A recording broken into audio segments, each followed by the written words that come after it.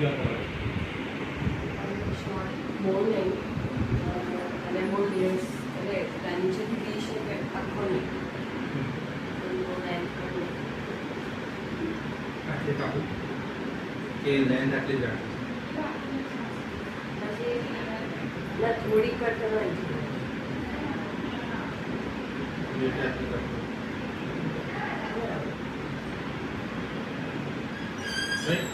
અહીંયા સુધી આવશે તો આપણે એવું કરીએ કે જે પાછળના હેર છે એને સ્ટ્રેટ રાખીએ આપણે લાઈક બાઉન્સ અને જે આગળના હેર છે એની અંદર આપણે અલગ હેર રાઈટ એ સારું લાગશે